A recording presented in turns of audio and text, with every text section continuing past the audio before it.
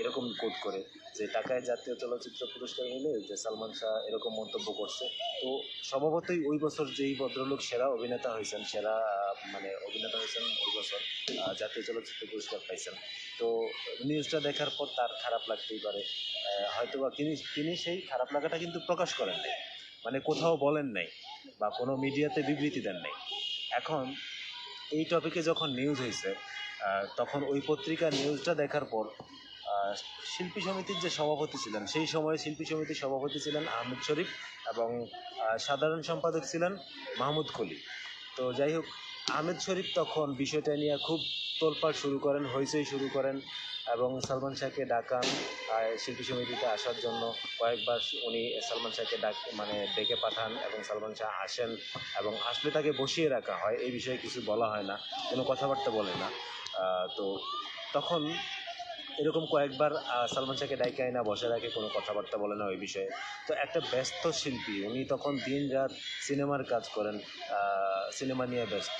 এমনও দিন গেছে উনি একই দিনে 3টা সিনেমার কাজ করছেন, একই দিনে, সকাল দুপুর সন্ধ্যা বা গভীর রাত পর্যন্ত বা সারা রাত পর্যন্ত উনি সিনেমার কাজ নিয়ে ব্যস্ত ছিলেন। তো ওই সময় ওনার একটা শিল্পীরে ডাইকে আইনা বসায় রাখা, তার সময় নষ্ট করা, তো এগুলি নিয়ে সালমান শাহ আসলে খুব বিরক্ত ছিলেন।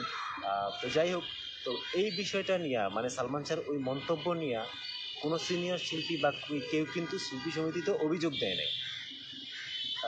অভিযোগ না দেওয়ার প্রেক্ষিতেও আহমেদ শরীফ বিষয়টা নিয়ে চরম হুলস্থুল করেন এবং হইচই শুরু করেন এবং উনি নিজ উদ্যোগেই বারবার সালমান শাহকে ডাকেন এবং বিচার বসান। সালমান শাহ কেন এই কথা বলছেন, এই ঔদ্ধত্যপূর্ণ কথা সালমান শাহ বলতে পারে না, এটা সেটা নানান ধরনের কথা বইলা তখন এরা তখন সিনিয়র কিছু সিনিয়র অভিনয়শিল্পী যারা ছিলেন তাদেরও কিছু ইন্ধন ছিল, যদিও সেটা বোঝা যায় নাই, পরবর্তীতে হয়তো বা বিভিন্নভাবে বিভিন্ন মন্তব্যে বোঝা গেছে। তো সালমান শাহকে তখন তারা 2 সপ্তাহের জন্য বয়কট করে। সালমান শাহকে কিন্তু 2বার বয়কট করা হয়েছে ফিল্ম ইন্ডাস্ট্রিতে। একবার এই শিল্পী সমিতি সালমান শাহকে নিষিদ্ধ করছে 2 সপ্তাহের জন্য, আর আরেকবার 18 সংগঠন বা 19 সংগঠন ফিল্ম ইন্ডাস্ট্রি, তারা মিলে কিন্তু তখন সালমান শাহের 1 মাসের জন্য নিষিদ্ধ করছিল। এবং সেটা সালমান শাহ মারা যাওয়ার আগের সময়টা, সালমান শাহ যখন মারা গেছে সেপ্টেম্বরে, সেই সময়টাই কিন্তু সালমান শাহ ফিল্ম ইন্ডাস্ট্রি কর্তৃক নিষিদ্ধ ছিল। যেমন আমরা দেখি শাকিব খানকে নিষিদ্ধ করা হয়েছে বা পরবর্তীতে আমরা দেখেছি।